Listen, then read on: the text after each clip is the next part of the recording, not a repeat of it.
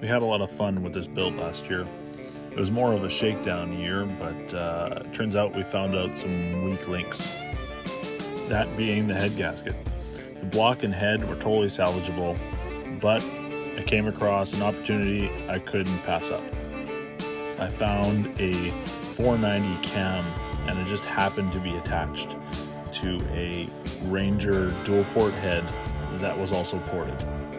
The chambers are 62cc and it has LS6 valve springs. The previous head had a Ranger roller just swapped in there, and it wasn't necessarily dialed in. There was a lot of noise from the valve train, and from my research, it turns out that's actually a smaller lift and duration cam than the factory turbo cam. Now, this head uses a completely different intake manifold. Here we have the factory 87-88 lower with a V-band upper. There's a theory that this particular intake setup doesn't allow the correct air fuel for all cylinders. Now, changing to this head adds a whole nother problem. That distributor is not going to fit with that intake. So we're going to swap to a distributorless ignition system. A different intake means different fuel rail. Unfortunately, I couldn't find anyone that had that fuel rail. After some research, I found a company called Ross Machine Racing that sells fuel rail stock, actually intake stock as well. Along with this, they also have the injector drill bit, which is a triple step. As you might have noticed in this fuel rail, these injectors have a little bit of an angle on them, which led to interesting drilling. After a couple trial ports, let's say, everything worked out all right. We just polished the aluminum with a little bit of Scotch-Brite to chamfer down the edges, but it works great.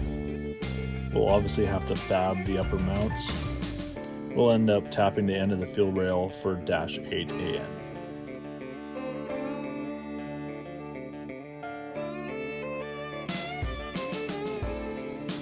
Something else that came to light was the condition of this eBay header. I wasn't really a big fan of the front-mounted wastegate flange, which basically meant there was a pipe that ran way too long to get back into the main exhaust. Now, I know we repaired this header multiple times throughout its life, but you kind of get what you pay for. When we blew the head gasket, believe it or not, you could actually see coolant coming out of the side of the header, which made it pretty obvious that it was time that it needed to be dealt with. There's a couple options out there, but we decided to go for something just a whole hell of a lot better.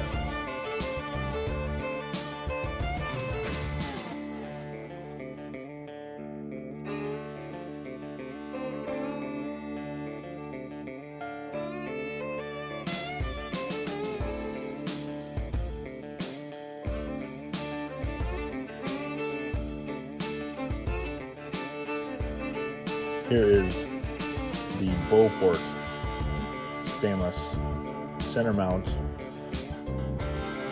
exhaust manifold / header.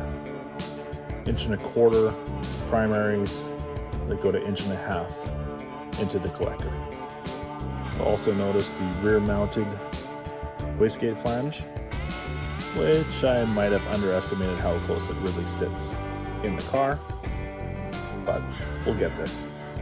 Looks like we'll have to redo all the lines in and out of the turbo.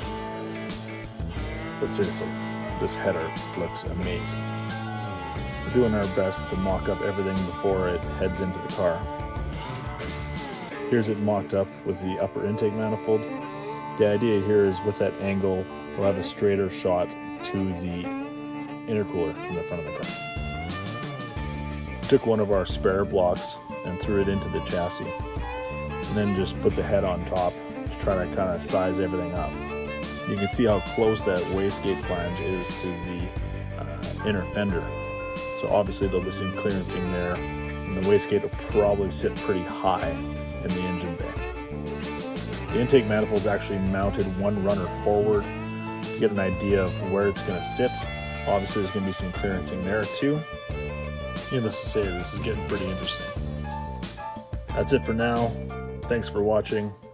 Take care.